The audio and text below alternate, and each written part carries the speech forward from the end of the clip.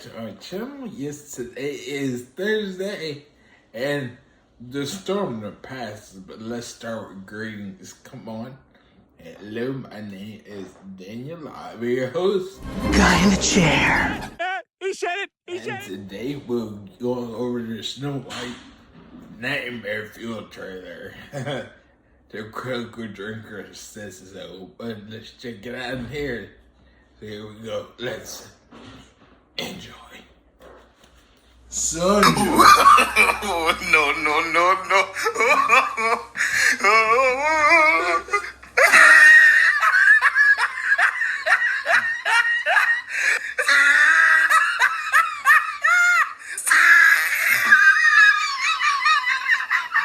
Well, it had to happen sooner or later, I guess. Just like a post-doner kebab dump that you've been desperately holding in until you can get back to the quiet sanctity of your own bathroom to let rip with a toilet-cracking explosion of Liquid filth! Disney knew that they were going to have to release a trailer for Snow White sooner or later, and well, it went about as well as you might expect.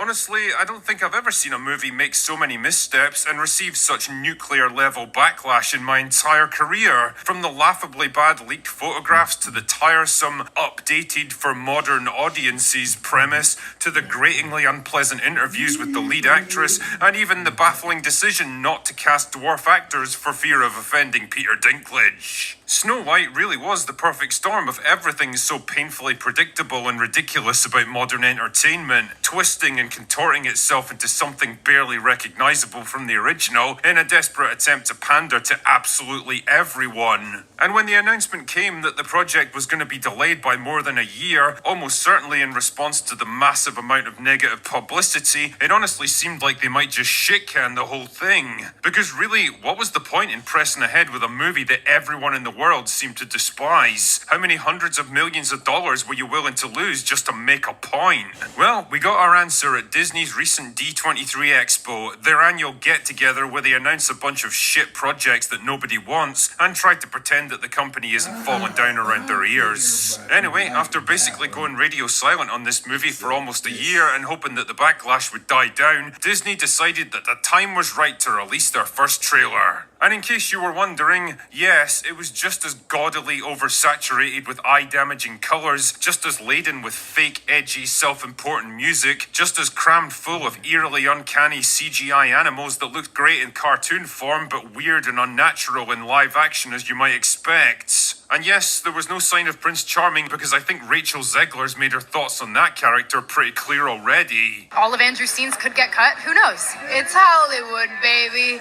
And as for the dwarves...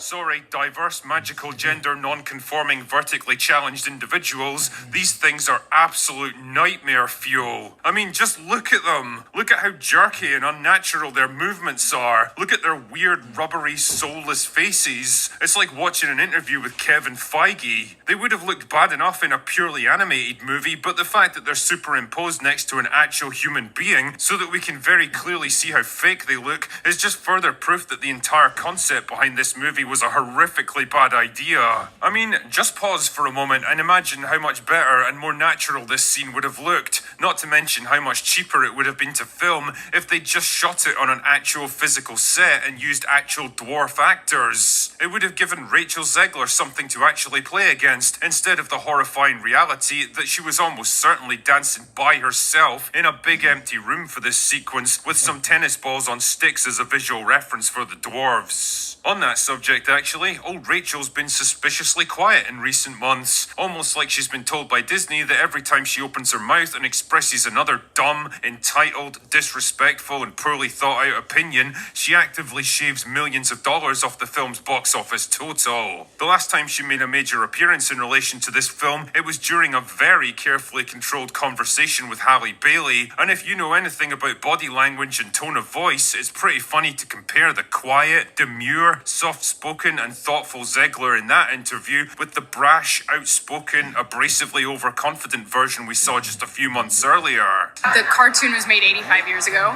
and therefore it's extremely dated when it comes to the ideas of women being in roles of power. Several months later. The cartoon's so beloved. It's like a monumental moment in film history. Yeah. It was like the first feature-length Yeah. cartoon movie, to the point where it won honorary Oscars and Yeah. all of these amazing things that happened for that film are the reason that you and I really get to sit here today, because it Yes. made Disney what it is. That, my friends, is what happens when someone gets the mother of all bollockins from their boss. It's Hollywood, baby. The movie was always going to have a problem framing the central conflict of an evil stepmother jealous of Snow White's otherworldly beauty when said stepmother was played by Gal Gadot, one of the most famously beautiful actresses in Hollywood today, and Snow White was played by...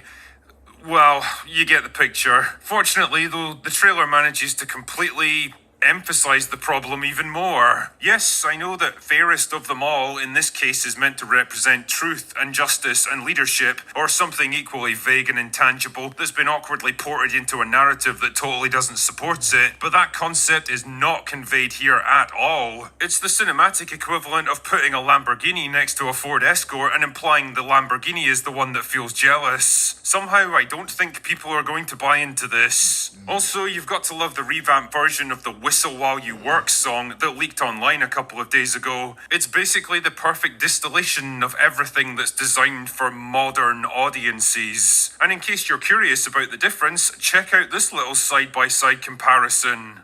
Now you wash the dishes. Now you wash the dishes. You tidy up the room. You tidy up the room. You clean the fireplace. You clean those cobwebs. And I will use the broom. And he'll use the broom. Notice how in the original movie, Snow White offers to clean up the dwarf's home with a little help from her animal friends. It's a little token of respect and appreciation on her part in return for giving her food and shelter. But the horrifying notion of a woman doing any kind of domestic chores, even as a temporary response to a very specific situation, clearly doesn't gel with modern sensibilities. Because as we all know, modern independent women would never be seen dead sweeping up, or tidying, or cleaning dirty dishes. All of that stuff just kind of happens by itself now, I guess. So in the new version, she forces the dwarves themselves to clean up the place. That's right, they take her into their home, offer her protection and food and everything else she needs, and in return she forces them to do even more work for her. This is the point at which identity politics, storytelling, and simple common sense all come into conflict with each other, and the latter two are sacrificed in favor of the former. Anyway, whatever. The point here is that if this trailer was Disney's big shot at turning around public opinion of their least popular movie since the Marvels, then I don't think it's accomplished its mission. In fact, it's just further proof that they should probably do their shareholders a favor and Batgirl this thing out of existence. It will not be missed. Anyway, that's all I've got for today. Go away now. Hey guys, I hope y'all enjoyed what he had to say, and don't forget to go give the Critical Drinker a follow. It helps in it, but still, his words are hilarious. I find it hilarious. And Lord, this is not gonna go the way they think. But who am I to say? Here's what I would say: like, comment, and subscribe and share. But I hope you had an awesome night. You're safe from the storm that passed. And I'll see you in the next video. Bye.